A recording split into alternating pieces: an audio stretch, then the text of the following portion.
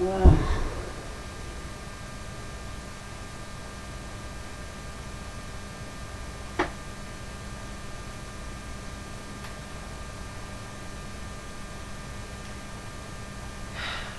I am going to regret this.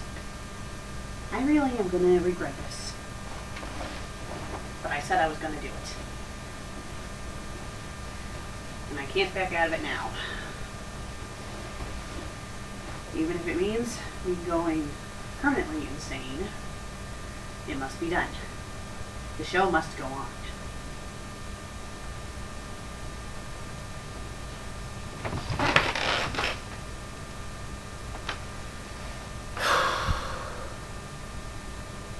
Hello, I'm the FanFic Critic. I read it. You listen. For those who are familiar with the Honest Reviewer, you know that he has taken a look at a Land Before Time fanfic series written by Belmont 2500.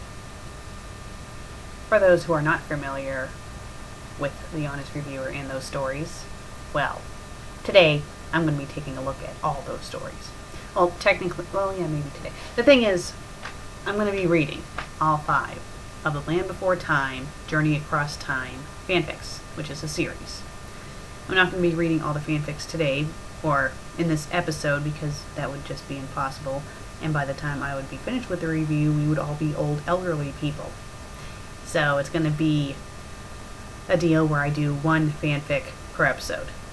So pretty much the next 5 episodes of FanFic Critic, including this one, are going to have something to do with the Land Before Time. It's going to be very long and tedious, and I'm not looking forward to it. But it must be done. So, today's fanfic is called R.E. The Land Before Time, Journey Across Time. I really don't get why they have an R.E. in there. Maybe they think it's their way of saying this is rewritten. But, having R.E. in the title just makes it look like a response to someone's message. Like response. So the title should be The Land Before Time, Journey Across Time. Okay. The author is Belmont 2500. It's rated T. It's in English. It's adventure. And has 27 reviews. Chapter 1. A New World. I need to point this out before I continue because it says Chapter 1, A New World here. But in the little navigation for the chapters, the title of the chapter is called A Day in the Life of Ethan. So maybe when he rewrote this, he had it called A New World, but forgot to change the title name? I don't know. But pretty much Chapter 1 has two titles. Make up your mind on which one is supposed to be the title. Is it supposed to be A New World or A Day in the Life of Ethan? Let's read. 6,000 years ago, during the Dark Ages, an empire formed. It was led by a cruel warlord. As a way to counter this threat, one of the nations forged a sword that could forge and control time itself. The one who wielded the sword was obsessed with greed. He knew that the sword mustn't fall into the warlord's hands. During a battle, the ripped sword, so now it has a name, wielder was defeated, but before passing he sent the sword into the future. It appeared in a street in the town of Reading in front of a simple teenager named Nicholas Frost and his mother in the year of 1993. Nicholas trained with the sword, unaware of its ability. Until one day, during the year 1997, I need to pause for a moment because I'm already noticing some grammar mistakes. Sometimes this person does not have spacing at all between, the punctuation marks, and other times they have too much spacing or the spacing is in the wrong spot. Thing is, if there's supposed to be like a comma after a word, don't put a space between the word and the comma. Put a space after the comma or period for the next segment or sentence. Let's continue. A time ripped open and took him, but before his passing, Nicholas imparted the sword to a friend of his, a young boy named Ethan Sullivan. So when the rift opened and took him, he died? I don't know. Belmont 2500 presents R.E. The Land Before Time, Journey Across Time. So, what was that? Supposed to be like a narration? Does this Belmont guy think he's like writing a movie or something? Well, the honest reviewer did warn me about this guy, so let's continue. 11 years later, 2009. The sun rose over the treetops in Redding, California. It streamed through the windows of the still quiet house. Living there was a boy, 14 years old, named Ethan. So, when Nicholas gave this Ethan kid the sword, he was like 3. You don't give toddlers swords. Still lying in bed, his eyes wandered to the window. The outside world was waking up. Ethan could hear the birds filling the morning air with sound. Their calls meant home to Ethan in a way he wasn't consciously, maybe they mean consciously, aware of. Their calls were the familiar sounds that punctuated every sunrise. He remembered the many times he'd hiked to Lake Burney Falls, where he would often glimpse bald eagles, osprey, Cooper's hawks, I don't know why hawks is italicized, is that supposed to be significant? And American peregrine falcons. Today, though, the sounds made him feel sullen. They meant he had to get up and go to school. He rose. Morning already. I really hate it when you have quotations, like someone speaking, and they have it in the middle of a paragraph. If you're going to have someone speaking, have the spoken word be in a new paragraph. Don't have it be in the middle of another paragraph, because it just looks sloppy and bad. And also, you need to capitalize the M in morning, because morning is the first word of that sentence. And you do not need a period in that sentence if you're going to be ending it with a comma for him to continue to say, he said. Jeez. He got up slowly and changed into a blue shirt and beige pants. His mother, Jane Sullivan, began her morning litany. Ethan, it's 7 o'clock. Okay, you need an apostrophe S for it's, because it's an abbreviation for is. So if you were to unabbreviate it, it would say, Ethan, it is 7 o'clock. So have an apostrophe S. And have that be in its own new paragraph. Ethan, it's 7 o'clock. Hurry up, you're going to be late for school. You still need to have breakfast.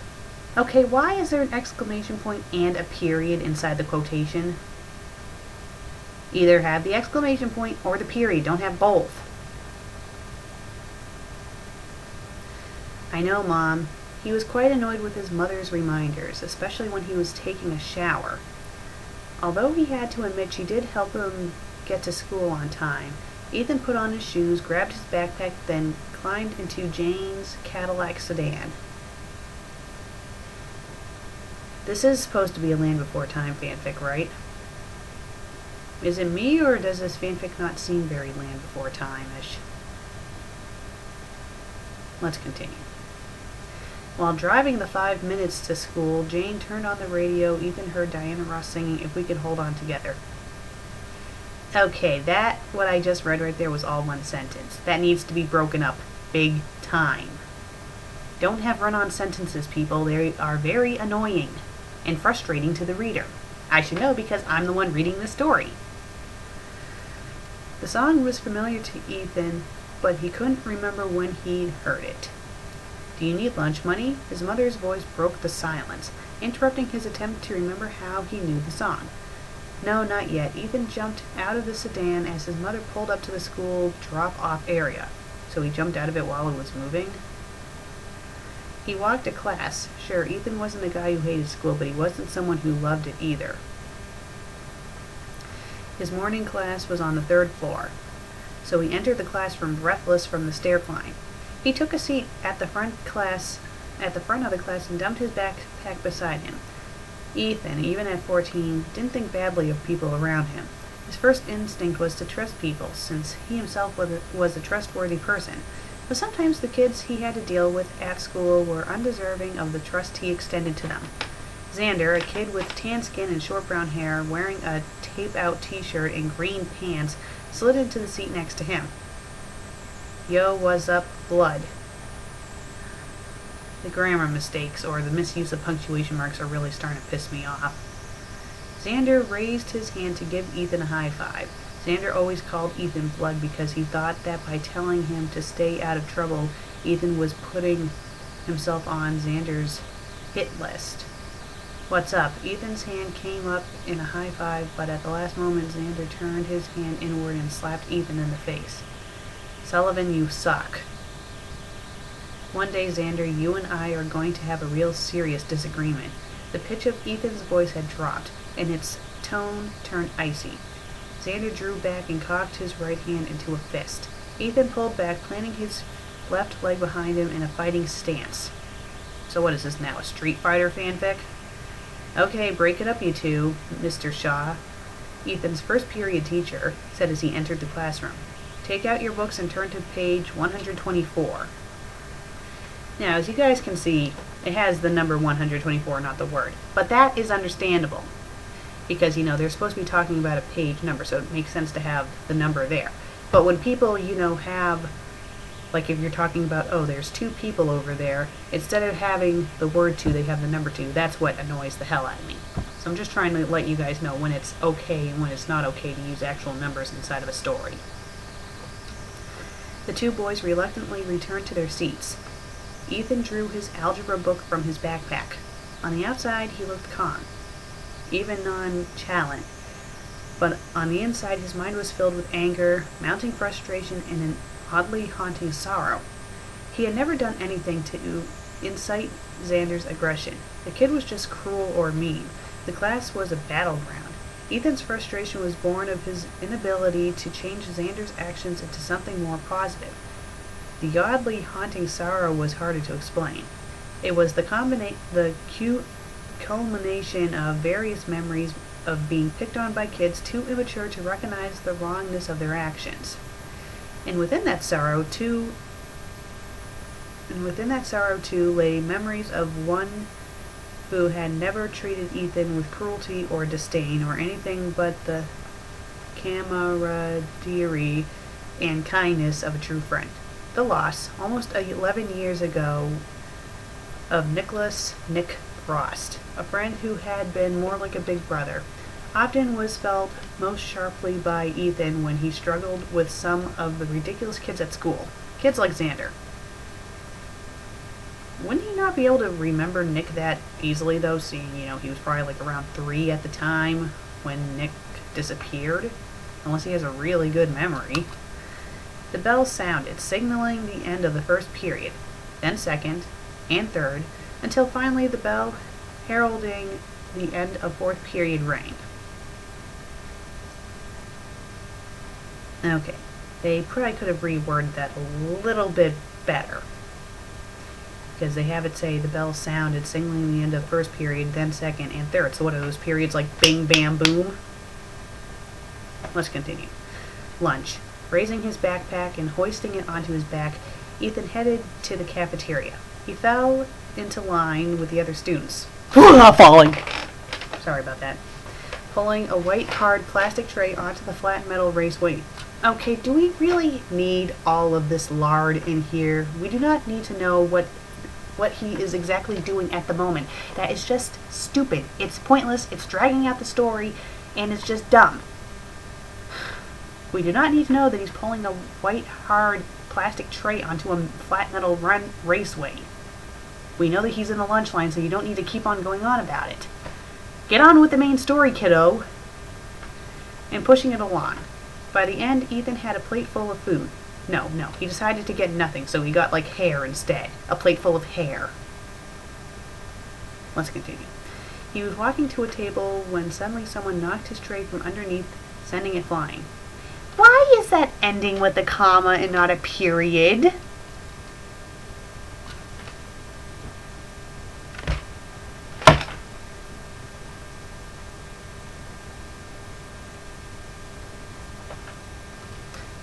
What the heck is your problem? Ethan said, annoyed. Shouldn't you have a question mark in there and not an exclamation point? And why the hell is there a space between problem and the punctuation mark? And there's no... Where's your punctuation at the end of Ethan said, annoyed? There should be a period there.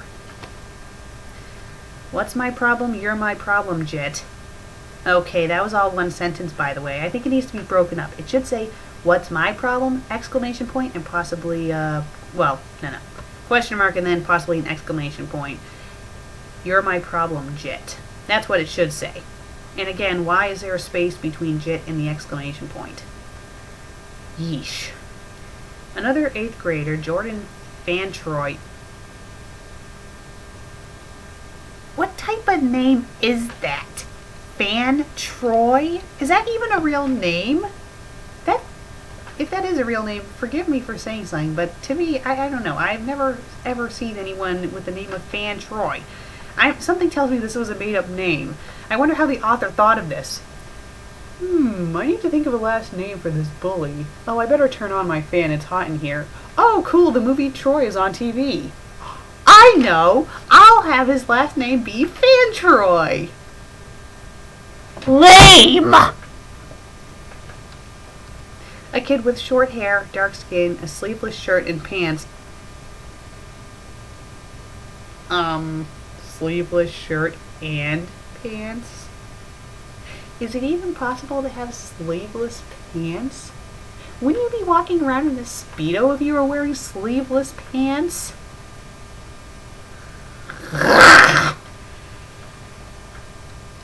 Taunted him, then shoved Ethan hard.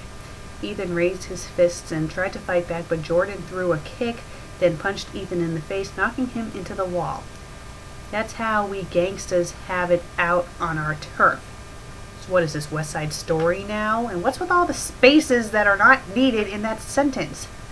There's a space between the first quotation mark and the word that. You don't need a space there. And then there's another space between turf and the exclamation point.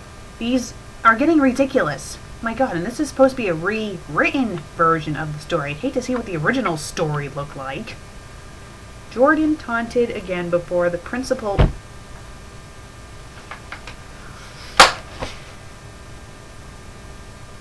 They used the wrong principal. It's supposed to be principal, not principal. Wrong principal. Idiot. Idiot. Idiot. Let's continue. What did you do now, Jordan? Said the principal. It should be a question mark and not an exclamation point, and it should say ask the principal, not said the principal. Geez, everyone in this story loves to yell. That'd be like if I introduced myself like this. Hello, I'm the FanFic Critic. I read it so you don't have to. Oh, wait, wrong show. I remember it so you don't have to. Oh my god, I'm getting mixed up. I read it, you listen.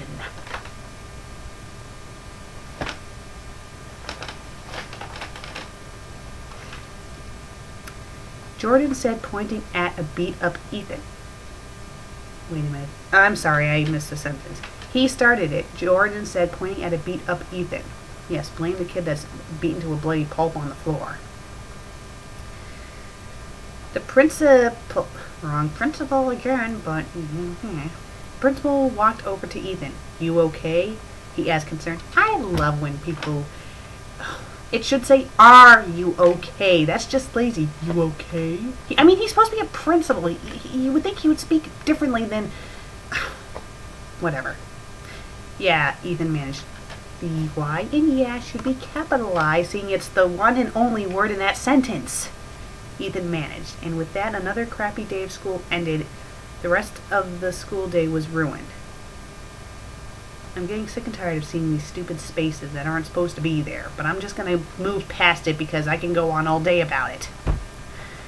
Ethan spent the rest of his classes waiting to finally go back home until the bell ending. Don't you mean the ending bell? And I would love it if you would put periods at the end of your sentences. The 7th period rang, and he could finally leave.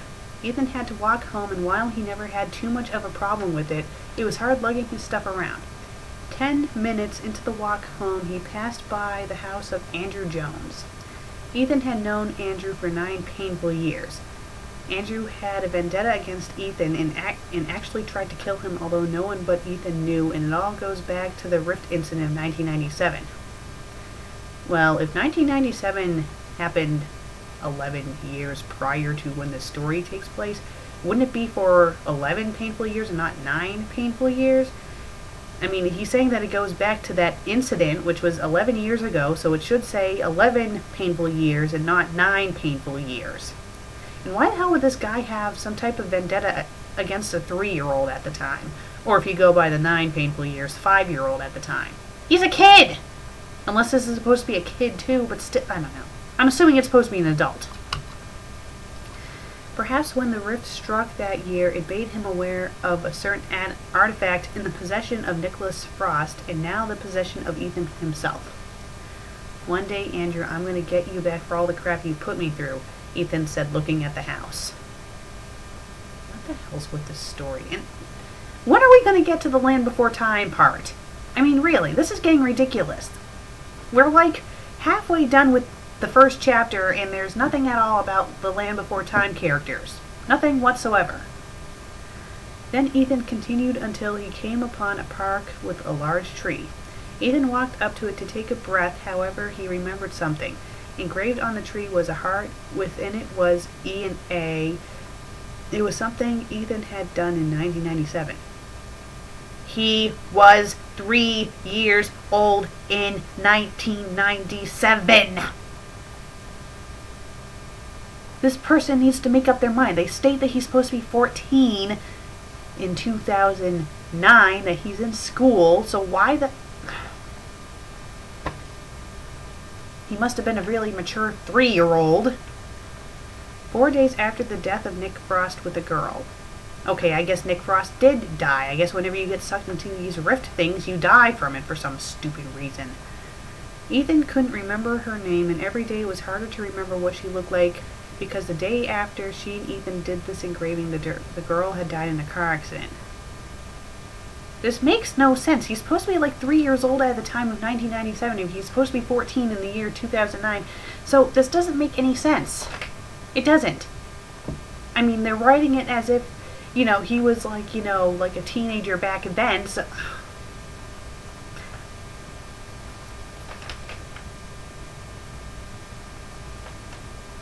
let's continue.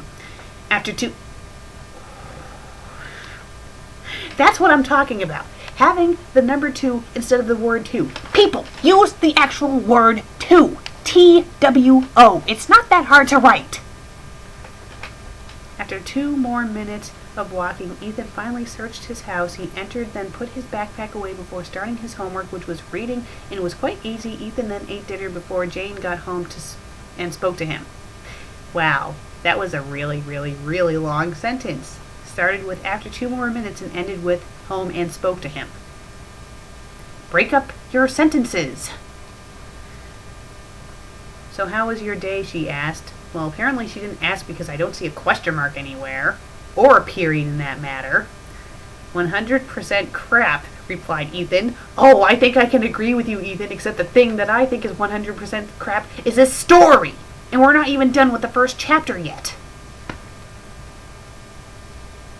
Really, you know, you need to stop letting that stuff get to you, Ethan. Everyone needs a hero. Maybe you can become that hero. Well, that was probably the lamest thing a mother has ever said to her kid. Jane replied before leaving the kitchen. After a few hours of free time, Ethan went to sleep. Little did he know that his destiny was coming. His destiny was to get thrown off the cliff and get into the real fan fiction, which is supposed to be Land Before Time, not Ethan, the stupid hormonal teenager kid thing. The next morning, Ethan awoke again to the birds singing, but this time Ethan felt like he could take on the world because it was Saturday. He changed into beige pants, a black t-shirt.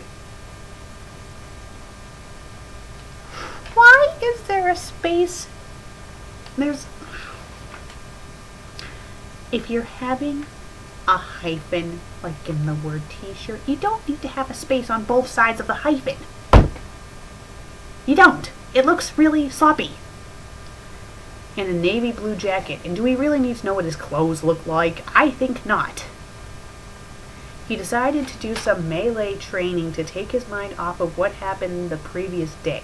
Ethan got up and reached into the umbrella stand by the wall in his bedroom and slowly withdrew the Rift Sword. If it's called the Rift Sword, I think the first letters, like in Rift and Sword, should be capitalized, seeing it's a name. Ethan grasped it. Something within him awoke, and the sword started to glow for a split second. Maybe it's happy. What was that? It's priest. Have the little priest. Okay, I'm sorry. Ethan questioned, looking at the sword. I must have been seeing things, he added. After putting on his black tennis shoes, he ventured outside. Ethan stepped into the backyard and started practicing horizontal slashes, then vertical slashes, and then accidentally cut his eye out because he did not know how to use a sword. Okay, that didn't really happen. Parrying, blocking, stabbing, and thrusting, eventually tripping on the sword and impaling himself. The end. Okay, that didn't happen either. Ever since... People! You need to make sure that you check your fucking grammar because, having two words merged as one is ridiculous! And this is supposed to be a rewritten story. Ever since is not one word, it's two. 1, 2, 2, 2, 2, 2! Jesus Christ! And now I lost my place. Oh, there it is. Nicholas had given the sword to him. Ethan has been training with it daily. Sometimes he had a mentor and sometimes he didn't. Okay, and who's the mentor? Are you going to say that? Are you going to explain it? After 2 full hours of practice... Okay, no, you're not going to explain it. Explain things! Who is his mentor? And why doesn't he have one anymore? Ethan put the sword away and went into should be one word, not two, the kitchen to eat breakfast. It was then something odd happened. A hole opened in the sky and struck him and killed him. The end. Okay, I'll stop doing that. Like a rift, right outside Ethan's house, Ethan felt himself being pulled towards it, and with all his might he tried resisting, but to no avail. Jane walked into the kitchen, gasping at what she saw. Ethan, she yelled as then that Ethan was completely engulfed in it. After that, all he saw was darkness. Ethan couldn't move. Was it a dream? Suddenly he heard something like a frog's croak. Then he heard a male voice. Hey, Hopper, come back, it said. Ethan heard footsteps. A grumpy female voice said, Why is there a comma after voice? You do not need a comma there. The comma should be after said, not after voice. You again, that's my Hopper. If you have an exclamation point inside the quotations, you do not need a period after the quotations. No way, I saw him first, said the male voice. Well, he's in my pond, replied the female voice. After that, all Ethan heard was countless splashing and croaking sounds. Then he heard something stomping. It got louder. Sharp tooth, yelled the female voice. Well, apparently she didn't yell it, seeing there's no exclamation point. He heard screaming and roaring, and then he heard a snap and an enraged roar. Then something different, like a large object being swung into something. Mother, said the male voice. Run, run, said a soft female voice. He heard countless sounds. So pretty much this is the scene from The Land Before Time when, Littlefoot's mother protects them and ends up getting killed. Although, technically, I don't know how this kid could be hearing all of this, seeing, I think when the mother died, she was, far away from that area at that point. I don't know, this is just stupid. Well, at least it's Land Before Time now. It's a lot better than what was in the story earlier. Then the male voice yelled, Mother! After that, Ethan heard what sounded like an earthquake. Next, he heard rain and thunder. He heard the male voice. Mother, where are you? It shouted. Ethan was wondering what this was all about, and it all sounded quite familiar. Then he heard the male voice say, Mother, get up. Then the same soft female voice he had said before say, I'm not sure I can, Littlefoot. Okay, we get it. That's supposed to be from The Land Before Time. Do we really need to keep on going with this? Apparently, yes. After that, the male voice said, Yes, you can get up. Then Ethan heard a grunt from the female voice, then rocks crumbling. Dear sweet Littlefoot, do you know the way to the Great Valley? I'm sorry if I'm not reading this with much emotion, but the story, I think, has completely devoided me of all emotion, said the female voice. The male voice said, Yeah, but why do I have to know? You're going to be with me. The soft female voice said, I'll be with you even if you can't see me. The male voice replied, what do you mean? What do you mean I can't see you? I can always see you. The soft female voice replied, this is getting repetitive. Littlefoot, let your heart guide you. It whispers, so listen closely. Then the male voice said, Mother, Mother, sadly. Afterwards, I think you should have an A in there, not an O. He heard another feminine voice say, don't lose your way. Then Ethan heard a young male voice speaking to him. What is this thing? It said. Then he felt something touch him. Ethan immediately woke up. Wait a minute, he was supposed to be unconscious that entire time? If he was unconscious, how could he hear them? Unless he was like astral projecting. Scaring a young sauropod dinosaur which ran into the trees surrounding the north part of the area where Ethan's now conscious body laid. Ethan stood up and examined his surroundings.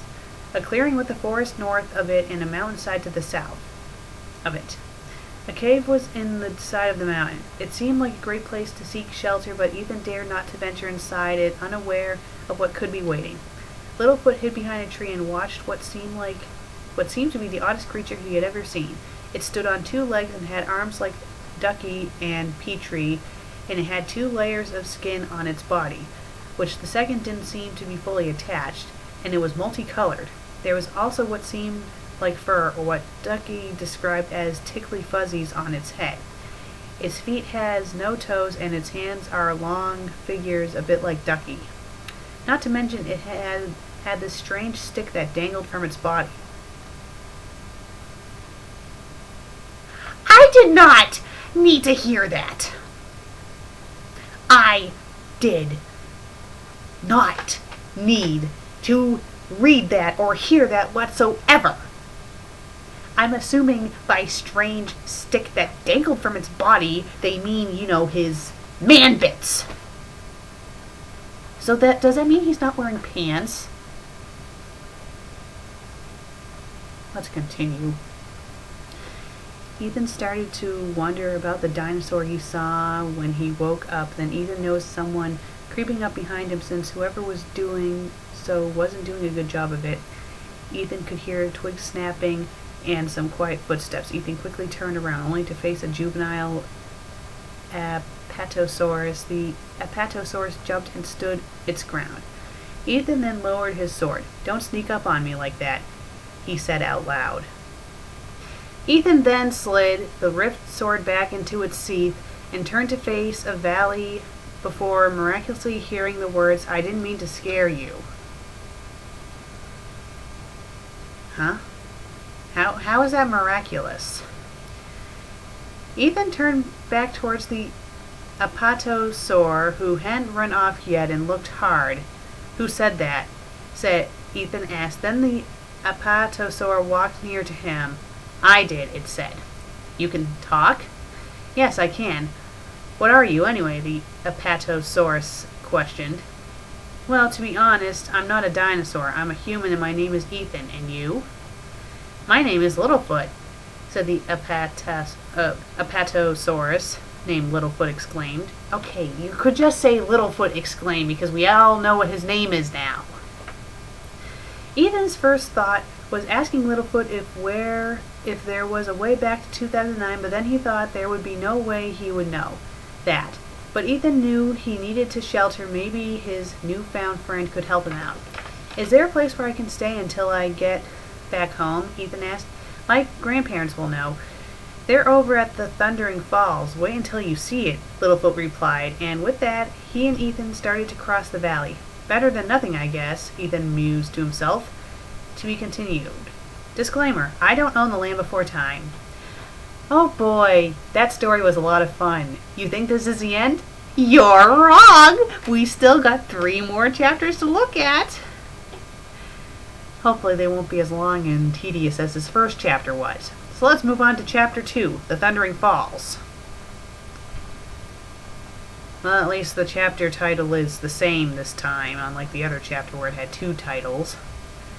R.E. The Land Before Time, Journey Across Time by Belmont 2500, Chapter 2, The Thundering Falls. Do you really need all that listed there? We already know the name of the story. We already know who the author is. We already know that this is the second chapter.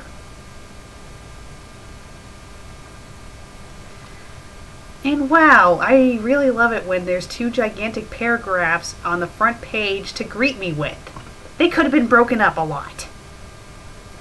It was midday now, but the temperature felt perfect to Ethan, neither too hot nor too cold. In May 2009, the midday temperature in Redding would be soaring. It would be dry heat, and the California wildfire season would be in full swing. Often in the summer months, the air would be too acrid to stay outside for long. The Mesozoic era was supposed to be a full 10 degrees Celsius warmer than the Earth today. For a split second, Ethan felt a tinge of dread. I hope the asteroid that obliterated this Mesozoic era isn't going to strike anytime soon, he thought to himself. Okay, if he's thinking to himself, it shouldn't be in quotations. It should be like italicized. And also, if you're going to have the character speak, have it start in a new paragraph and not in the middle of the current paragraph that it's in. I wonder if I should tell Littlefoot about the meteor. Nah. Ethan thought it would be better to keep it to himself. Wow, he's a real friend. Ethan was surprised at how much he enjoyed traveling on foot instead of by car or bike. He had heard that in 2009 the air quality was not as good as it once had been. Oh, no shit. Ethan wondered if the air he was breathing was more oxygen-rich and the reason why he wasn't tiring as they walked. Ethan and Littlefoot made their way through a meadow overflowing with lush vegetation and small ferns. The duo passed a giant magnolia tree, and a huge dragonfly flew over Ethan's head. The dragonfly's wingspan had to be some 30 inches, 2.5 feet, and its body was a full 1.5 feet. Ethan had read about this guy. He was the largest insect ever, the Meganeura dragonfly. As he buzzed away, Ethan heard a faint sound he at first mistook for thunder. The sound grew louder until Ethan realized it must be the Thundering Falls. Thus the reason why they're called Thundering Falls. Ethan and Littlefoot made their way... Don't you mean made? Made their way around an enormous granite boulder. Suddenly the falls rose up majestically before them. They were at the base of a waterfall towering 300 feet into the air. Ethan was amazed. Whoa, this is better than Bernry Falls, Ethan exclaimed slowly. Littlefoot just stared at Ethan questioningly. Okay, I have a question though. How the heck can he understand the dinosaurs, and how the heck can they understand him? I continue. It was then Ethan realized Littlefoot couldn't hear what he was saying over the roar of over the roar of a wall of water, thousands of gallons tumbling to the bottom. Unsure of what to do next, Ethan gave Littlefoot the thumbs up. Littlefoot smiled, then turned and began to run. Ethan looked in the direction Littlefoot was running in, and there, on a 3 feet slope, you should have the word 3 and not the number 3. He spotted them, 2 large adult patosaurs. Ethan started up the slope after Littlefoot. Littlefoot, what is that odd-looking creature? Grandpa Longneck said questioningly. Grandpa, this is Ethan. He's a human, Littlefoot said happily. Hello, nice to meet you, Ethan respectfully introduced himself. Welcome to the Great Valley, Ethan, Grandma Longneck replied. Grandpa, do you know a place where Ethan can stay? Littlefoot questioned. There's a cave in the clearing near the area where we sleep. Of course, you are welcome to stay with us, Grandpa Longneck replied. Yes, let's let this complete and utter stranger stay with us. Well, then again, if he did try something, they could easily squish him. I'm gonna kill you! Splat! Let's continue. Thanks, but for now, I'll stick with the cave, Ethan commented respectfully. My God. The next paragraph starts with the word before, and they didn't capitalize the B in before. This is supposed to be a rewritten version of the story. I'm trying to imagine what the grammar looked like before this. Before Littlefoot or either one of his grandparents could speak, a female Parasaurolophus ran into the Thundering Falls area yelling, "Fast biters are in the valley." Fast biters. Maybe raptors, perhaps? Grandma Longneck seemed to be the first to respond. Fast biters, here, she said, gasping. Fast biters? Ethan asked again, pretending not to know anything about the Land Before Time films, even in a dangerous situation like this. So he knows that he's in the Land Before... Oh my god. So is this person trying to imply that the events of the Land Before Time actually took place? Yes, of course they took place. There's a little history book about Littlefoot and his friends. They are little strays! This is stupid! This is stupid!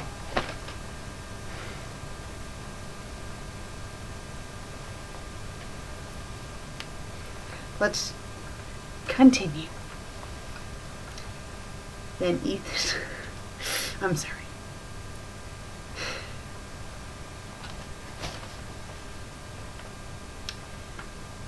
Then Ethan saw 3 carnivores rush into the Thundering Falls area via the entrance, meaning they came in from another part of the Great Valley. Velociraptors, Ethan whispered. Ethan, Littlefoot, you to try to escape. We can't risk you each getting hurt. You two try. I think you mean TWO and not TO, dumbass. Well, at least they attempted to write out the word and not use the stupid number. Grandma Longneck said to each of them. Ethan, however, was staring in awe at the raptors before Littlefoot grabbed the right sleeve of his jacket and said, Ethan, come on. So I guess Littlefoot has hands now. So Ethan left with him. My God, what's with these gigantic, stupid paragraphs? Break up your paragraphs. Don't have them be big blocks of text because it's hard to read. So Ethan left with him. But one of the raptors managed to get around Littlefoot's grandparents and cornered Ethan and Littlefoot. Ethan could smell the raptor's foul breath, and as he looked into the raptor's piercing eyes, he could see that his end was bound to be near. He could feel himself trembling, and he was breathing heavily. Then the raptor tried to pounce on Ethan and Littlefoot. Ethan closed his eyes while he drew the rift sword in an attempt to defend himself from the blow. The sword's blade struck the raptor, and its corpse dropped on the ground. Yes, everyone instantly dies when they touch something that's dangerous.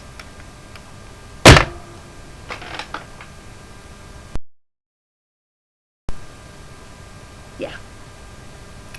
Ethan opened his eyes and looked at the raptor's corpse.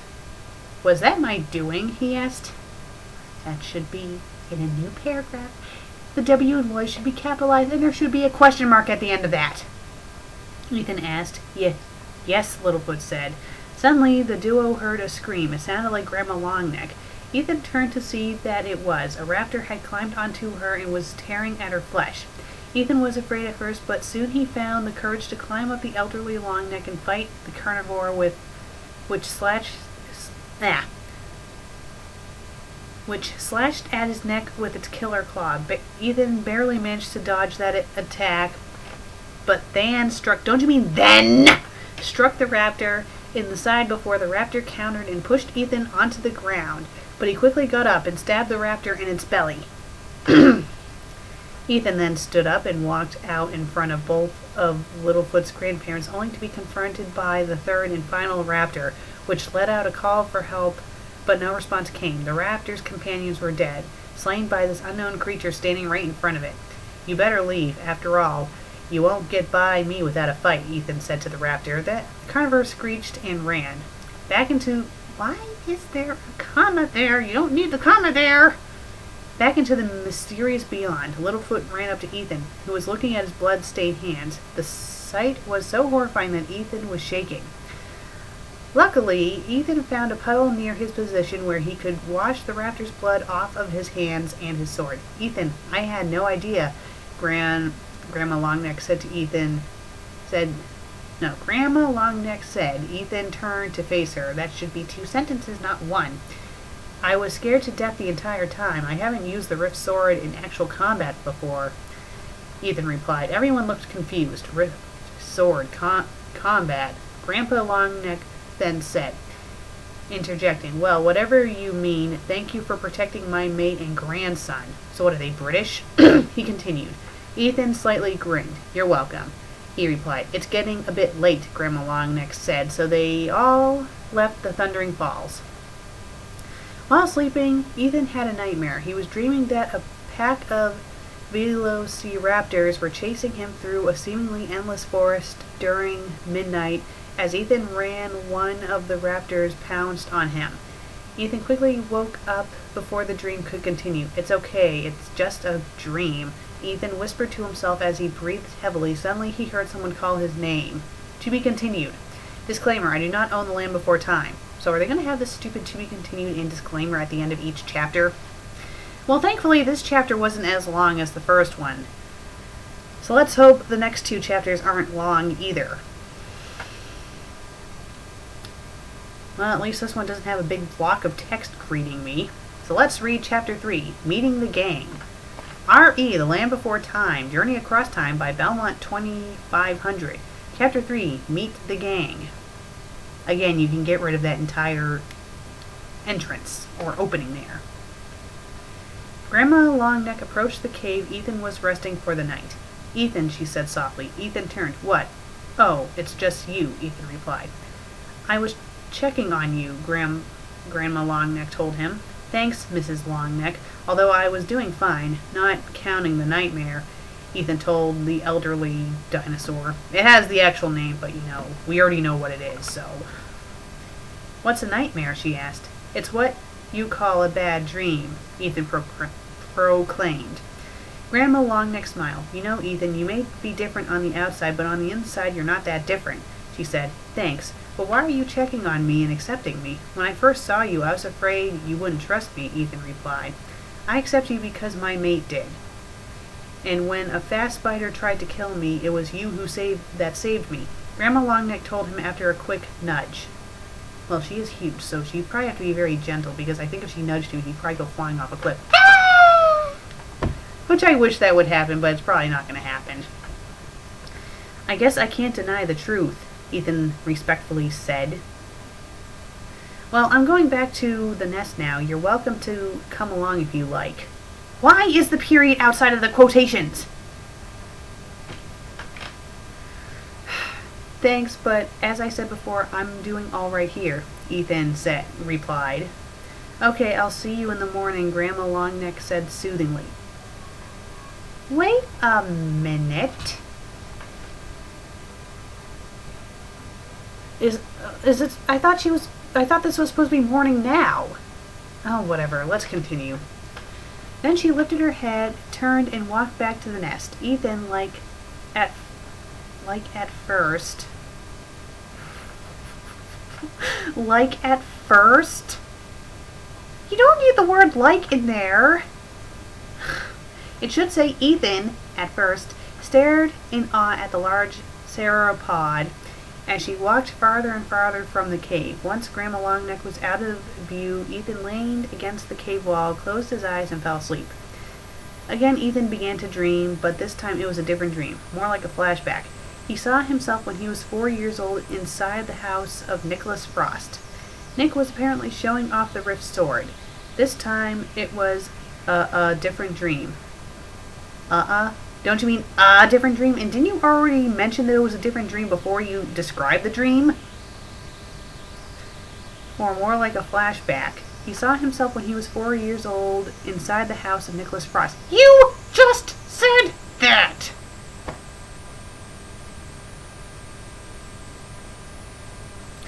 Nick was apparently showing off the Rift sword.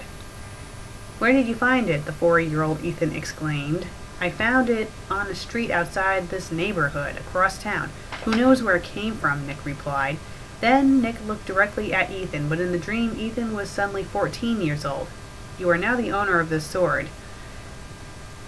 Wait a minute, if it's supposed to take place 11 years ago, wouldn't Ethan have to be 3 in the dream, not 4? I mean, it would be understandable if it said 10 years ago, but if it's 11 years ago, Ethan would have been 3, not 4. Ay, do your math. 14 minus 11 is 3, not 4. You are now the owner of this sword. You can recall the moments after my death. It is your destiny to wield this sword, to fight all those who... to fight for all those who ask for help. To be gentle to the weak, but terrible to the wicked. Ethan jumped. I'm already getting tired of this destiny crap, Nick, Ethan replied in his sleep. You did get taken by the Rift, right? Nick asked him. Yeah, but how do I know... But how do you know about this anyway? You're dead. Yes, he's dead. I mean, hello, the dead can probably, I don't know. I'm not dead. I wouldn't know, but, they probably have ways of knowing things. Nick chuckled. Yes, I am dead, but in a way I'm still alive. This dream is going to end, so you might want to remember what I said, he told Ethan. Suddenly the dream ended. Ethan awoke and was immediately struck by the lush vegetation in the Great Valley, just as he had been when he first arrived. In fact, when he had arrived, he remembered thinking about where he had seen all this before. In the movie series, The Land Before Time.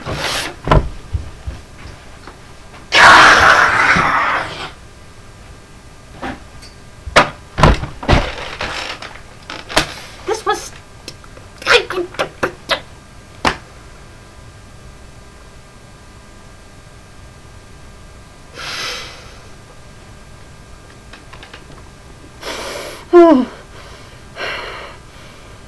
Oh my God.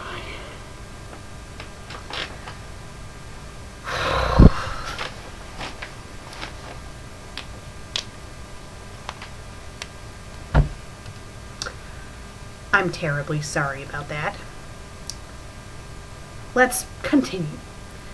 And how incredible it had been to find himself really in the valley. That was made up by someone named Don Bluth, so the valley did not actually exist.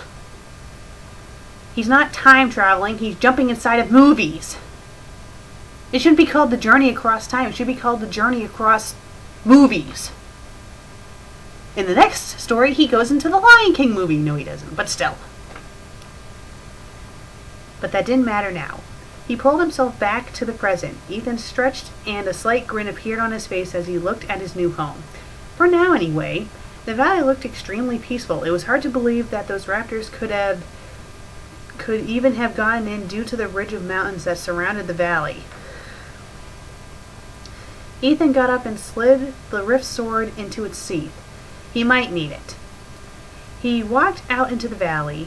Looking around, he mused, too bad I didn't bring my camera. Oh well, it's better without it. Ethan thought as he walked.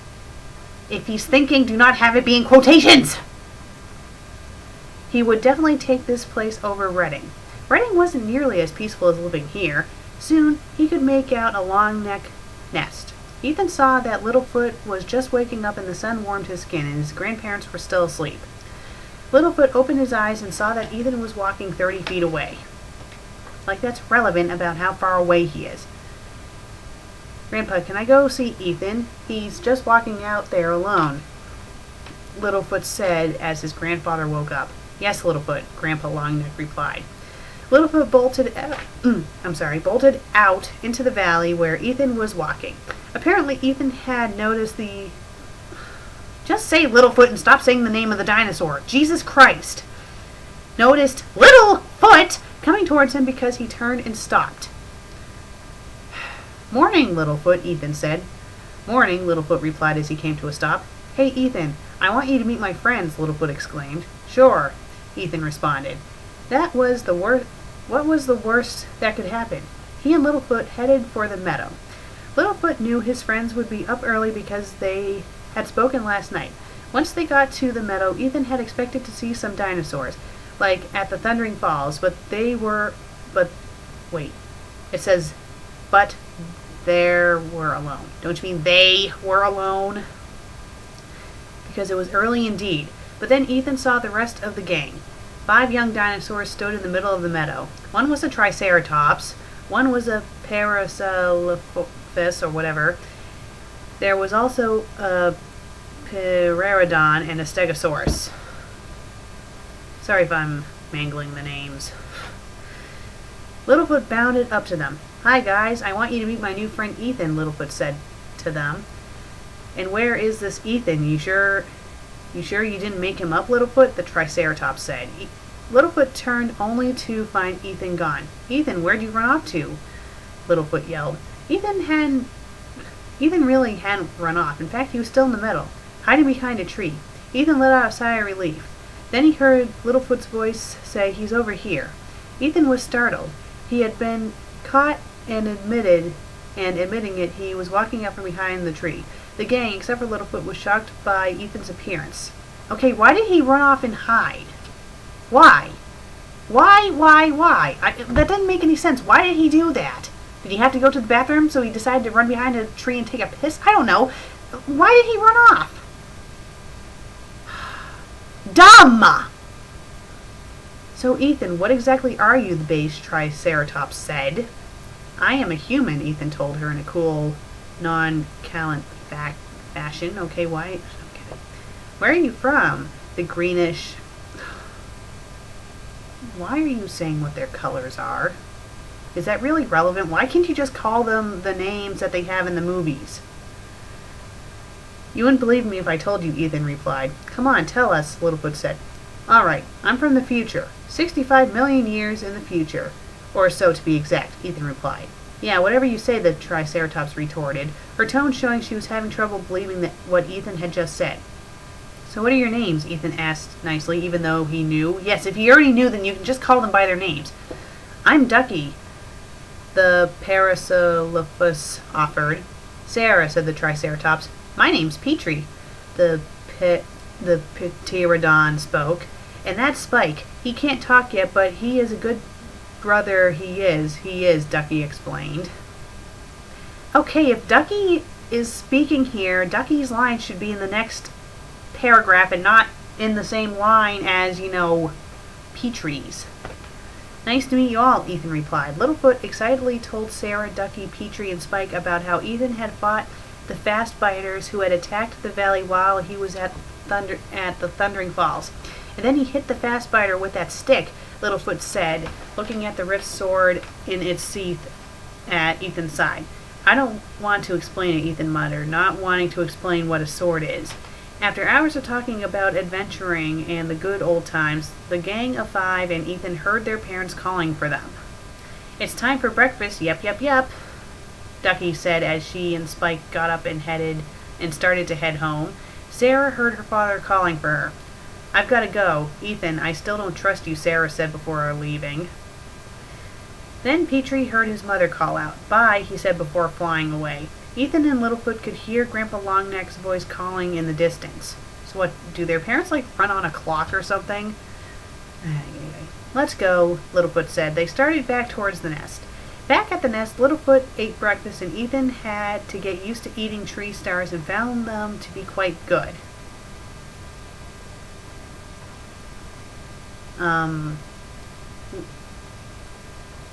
Would he be able to digest it?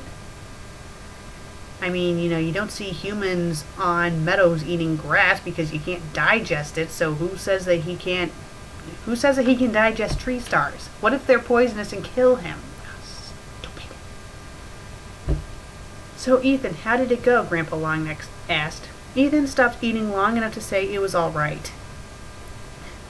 "Ethan, Grandma and I have been talking lately and we made the decision to make you part of our family," Grandpa Longneck replied. This made Littlefoot quite excited. "Thanks, Mr. Longneck," Ethan said. "You're welcome, and you can call me Grandpa now," Grandpa Longneck replied. To be continued. Disclaimer, I do not own The Land Before Time. I'm glad you do not own The Land Before Time, because if you do, it would suck! Well, one more chapter to go. Oh boy. Let me guess. The title probably says R.E., The Land Before Time, The Journey Across Time by Belmont 2500, and it's called Chapter 3 or Chapter 4, whatever, Fast Biters Return.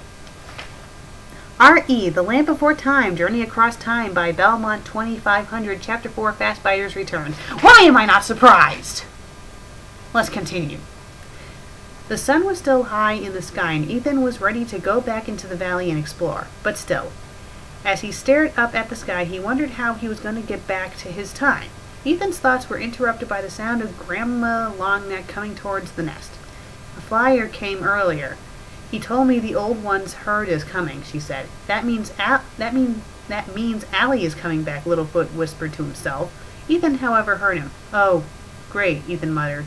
He knew Allie was shy and couldn't imagine how she would react to seeing him. They will be here soon, Grandma continued. Perfect. Just perfect, Ethan muttered again, but then decided it wouldn't be so bad. Suddenly, from out of nowhere, Sarah bounded up to the nest. Littlefoot, come on, she said. Grandpa, can we go play? Littlefoot asked his grandfather. Sure, have fun, he told Littlefoot and Ethan. Littlefoot ran over to Sarah and they both sprinted off. Hey, wait up, Ethan yelled happily before getting up and running after Littlefoot and Sarah. Meanwhile, in another part of the Rift world that resembled Sparta before the Spartans were brutally defeated during the Battle of Thermopylae. Okay, what?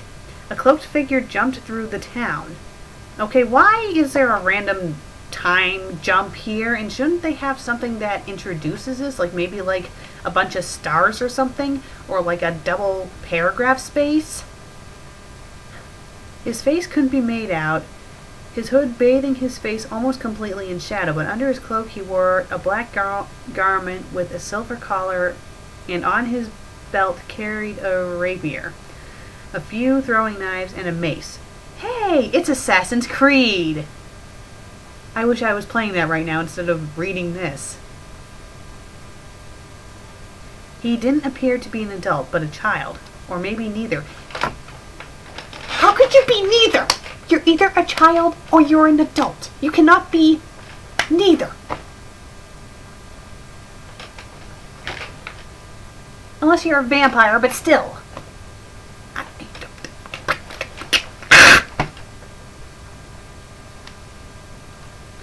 As the cloaked figure walked through the Spartan town, many of the residents that were very poor begged the mysterious person to help them. Give them some aid or hope. One of them was an elderly woman. Please, we're starving, she said, but the cloaked figure's eyes filled with repulsion. I wonder if this figure is going to be the villain of this series. In one blinding sweep, he pulled out the rapier from his belt and stabbed her through the chest. Don't you fools dare get in my way, the cloaked figure hissed in a young British... Oh, I'm sorry.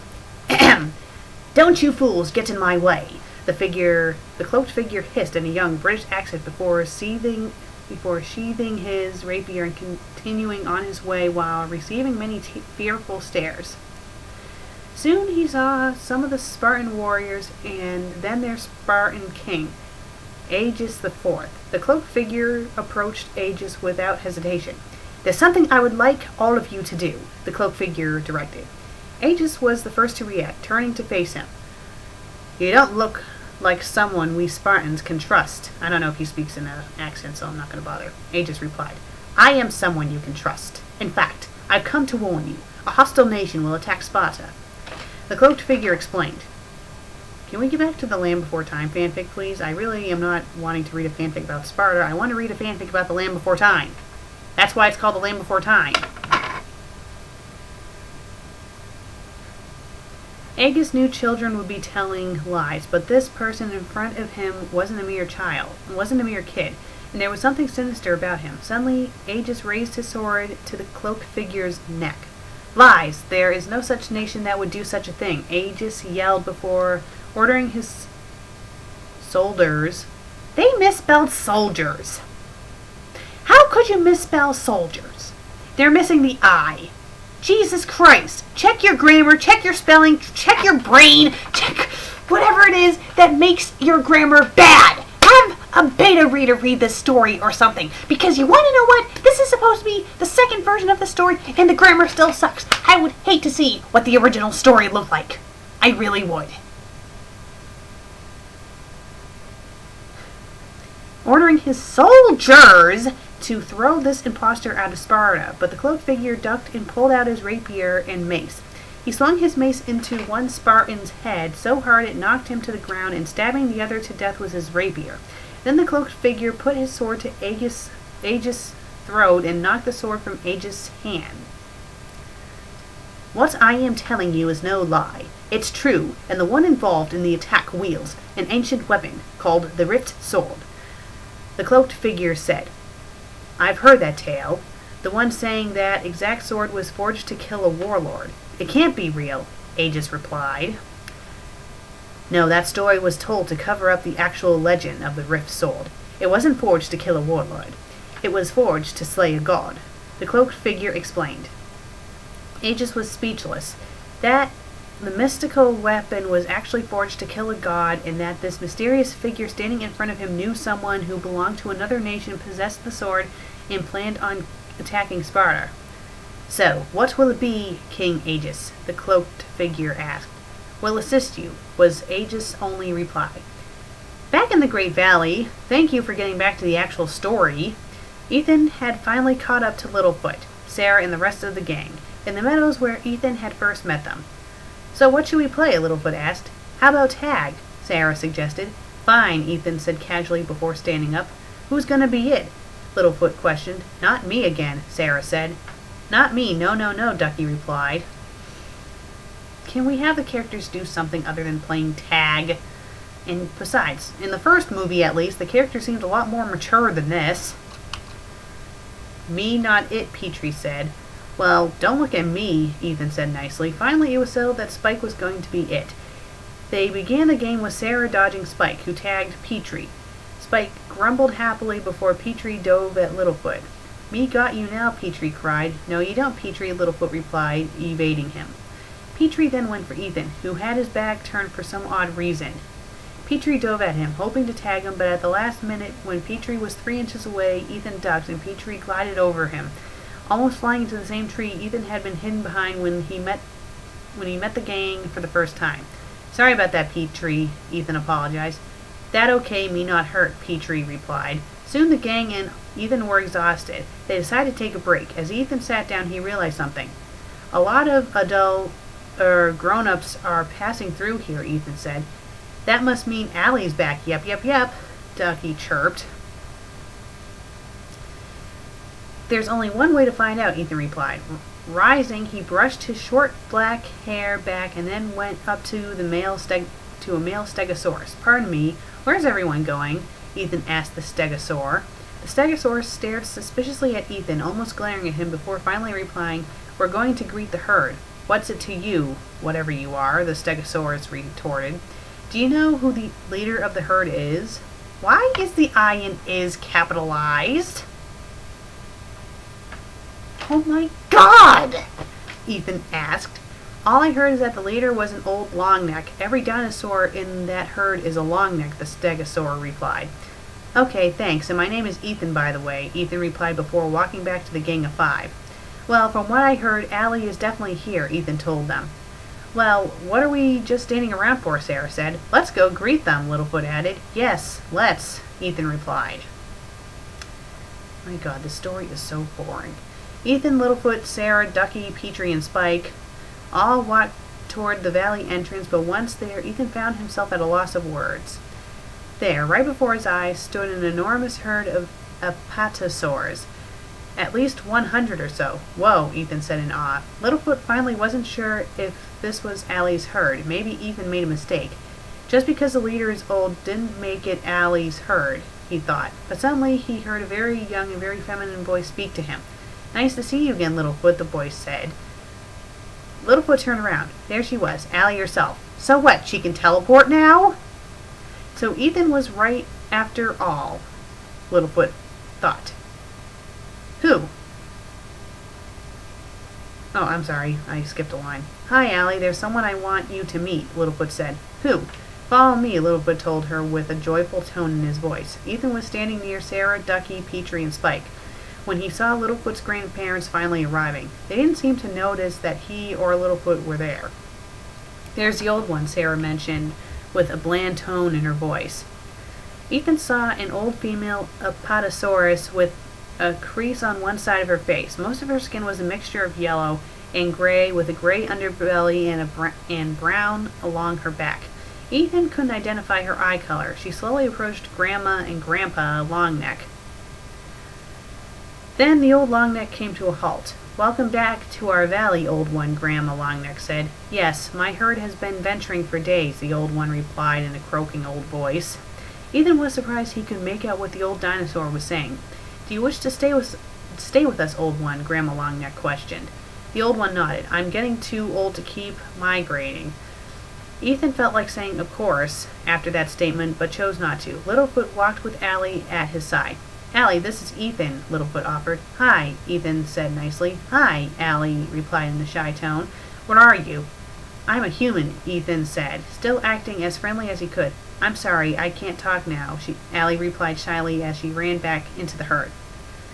I wouldn't blame her for being so shy, Ethan proclaimed. Suddenly, Littlefoot and Ethan heard footsteps. They turned around to find the one approaching them was Grandma Longneck.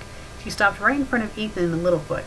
So to Ethan, Grandma Longneck seemed like a living skyscraper as he stood right in front of her. Yes, we know that she's big. Jeez. I see you all saw the herd arrive, Grandma said. Yeah, we did, Grandma, Ethan answered. Sarah leaned towards Littlefoot and whispered, Since when did Ethan become your brother? After I introduced him to you, Sarah. Why is that in the same line as Sarah's lines? It should be in its own separate paragraph. Is it really that hard to press the enter button? It must be. It must be like rocket science to some of these people. Littlefoot, Ethan, it's getting late, so it's best we should be returning to the nest. The rest of you should too, Grandma Longneck said in a gentle voice. Back at the Longneck nest, Ethan couldn't help but watch the sunset, and it never looked nicer. The sky's golden color seemed to symbolize that nothing gold can stay. The line from a poem by Robert Frost. What did that mean? It meant that when you're a kid, everything is new dawn, but when you grow old, it fades the same way dawn goes down to dusk. Was that relevant? No. Well, good night, Ethan. Well, good night, Ethan said to Littlefoot, Grandma Longneck, and Grandpa Longneck. Good night, Ethan, Littlefoot said as he watched his newfound friend walk off to the cave Ethan was staying in. At the cave, Ethan took off the sheath or whatever and laid down thinking about tomorrow and how he was going to get Allie to trust him. The next morning was just as peaceful as the one before. Ethan woke up early this time. The sun was just above the mountainside known as the Great Wall. Ethan watched in fascination dinosaurs asleep. Shouldn't it say Ethan watched in fascination as dinosaurs slept? That would make more sense than what that was just said. Let's continue. He even saw Sarah, and she looked quite cute, but her father didn't. Well, duh. I'd sure hate to meet him in a dark alley, Ethan muttered. What's with this kid muttering out loud to himself? He saw that the large herd of apatosauruses happily resting, well, except for their leader. She apparently was up as early as Ethan. She appeared to be leaving her herd for the time being. I wonder where she's going, wondered Ethan. He caught a glimpse of Allie near her mother, and he had to admit she looked kind of cute. Then Ethan decided to head off to the Longneck nest.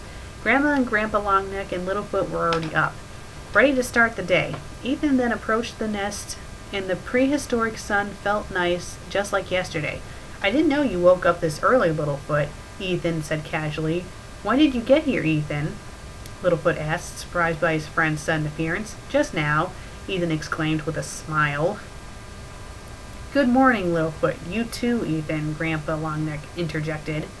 Good morning, Grandpa, Littlefoot responded. Top of the morning, Ethan quipped. Well, why are we keeping the rest of the gang waiting, Ethan asked. Littlefoot nodded in response, and turning to his grandfather asked, Grandpa, can we? His voice trailed off. Of course, Littlefoot, Grandpa Longneck replied. Thanks, Grandpa. Littlefoot smiled to the old... smiled at his grandfather before he and Ethan walked off into the distance. So, do you have an idea on what we're going to do today? Ethan asked Littlefoot. I think, the Longneck replied. I think what? I think what? It just has it say I think. Are you saying I think so? I don't know. You have to continue the thought. You know, I really like Allie. She's nice. I just wish she wasn't as shy as she is, Ethan told Littlefoot. Yeah, she was shy around my friends when they first met her, especially Sarah, Littlefoot responded. Before Ethan could comment, Sarah, Ducky, Petrie, and Spike greeted them. Hi, Littlefoot, Ducky said happily. Hello, Littlefoot and Ethan, Petrie chimed in. Nice to see you guys, Ethan told them. And what have you been doing? Sarah said sarcastically. Would you give it a rest, Sarah? Ethan eyed the Triceratops imploringly. No, Sarah counted. Then can we talk about this some other time? Ethan told the angry three-horn. Yes, Sarah, can you just let him go for now? Littlefoot pleaded with his friend. Fine, but just for now, Sarah said. They then went over to where Allie's herd was settled and where they would stay for some time. Allie was just beginning to wake up. She opened her eyes and smiled upon seeing the lush vegetation of the great valley in front of her. She began to hear footsteps. Allie turned and saw Littlefoot and the gang coming towards her. She immediately noticed Ethan with them, and this made Allie quite nervous. She let out a sigh. Ever since she first met Ethan the previous day, she had been quite shy around him because he was just so different. Allie had dealt with and gotten over this issue before, when she and Littlefoot, along with the rest of the gang, went to the land of mist to get the night flower in order to cure Grandpa Longneck. But with Ethan that just wasn't the case. Allie, Littlefoot said as he approached her. Yes, Littlefoot? Allie replied shyly. We're going to the sheltering grass to play sharp tooth attack. Do you want to join us? Littlefoot asked her. Is Ethan coming too? Allie asked, again in the shy, hesitant tone. Littlefoot nodded. I don't know if I can go with you then, she paused, thoughtfully. I guess there isn't anything else to do. Allie finally told the Longneck. So you'll go? Littlefoot asked. I'll go, Allie replied. Oh, great. Let's go. Oh my god. I think there's an apostrophe, but they have the S on the wrong side of it. Littlefoot said enthusiastically before running back to Ethan and the gang. Is Allie coming or not? Sarah asked impatiently. She's coming, Littlefoot replied. Well, at least I can get to know her better, Ethan told them. He was really trying to befriend her so she wouldn't have to be so shy around him. But sheltering grass on the other side of the sinking sand, Petrie exclaimed. And why didn't you tell us this earlier? Ethan asked. Okay, did this person completely skip an entire line of dialogue? They did. I'm not misreading it. They skipped something. 1 minute they're talking about, well, at least I'll get to know him better, and then the next spoken word is, but sheltering grass on the other side of the sinking sand? I don't know, stupid. Well, one day when we're playing in the valley, we are going to the sheltering grass, Littlefoot started saying. And while we were at sinking sand, Sarah tried to jump across and fell in. What? Whatever, let's continue. And when we tried to help her, we all fell in and our parents got us out, but they were mad.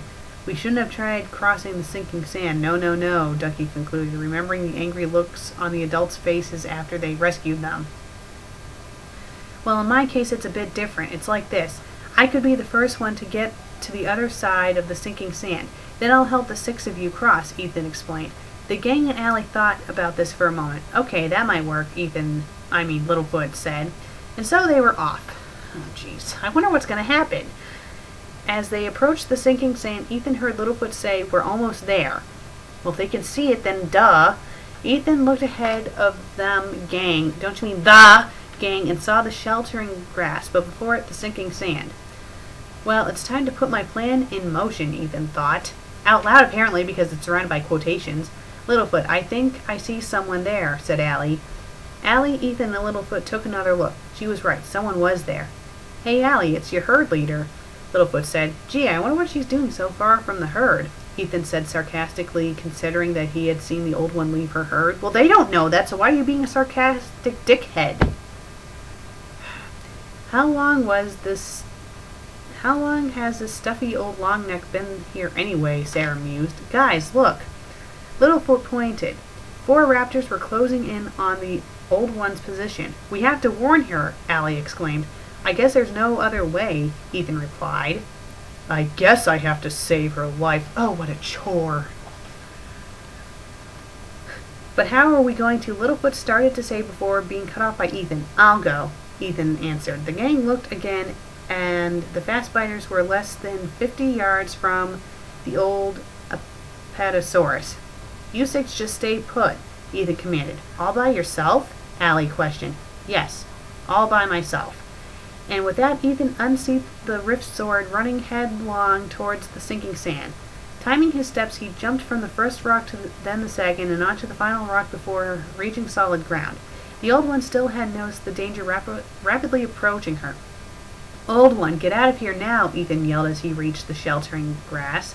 The elderly dinosaur only looked at Ethan like she didn't trust him. What are you? She replied. I'm not the one you should be worrying about right now. What about them? Ethan responded, pointing to the raspberries. Sharp teeth. Here, Old One murmured. Yes, leave or else we'll both die, Ethan told her. The old long neck turned to cross the sinking sand. The four raptors approached her and Ethan from behind. Don't worry, I'll try to hold them off, Ethan told the Old One. Be careful, whatever you are, she replied, before crossing the sinking sand by simply walking on the rocks. Ethan turned to face the velociraptors and suddenly recognized one of them, the raptor he had encountered at the Thundering Falls. You, he yelled at the raptor. In reply, the raptor growled at him, saying something in sharp tooth. You're making a big mistake, Ethan said. Suddenly, all five of the carnivores charged at their prey. Wrong! There! This is the there they used. They''re. That's not the right there. You're supposed to be using Their.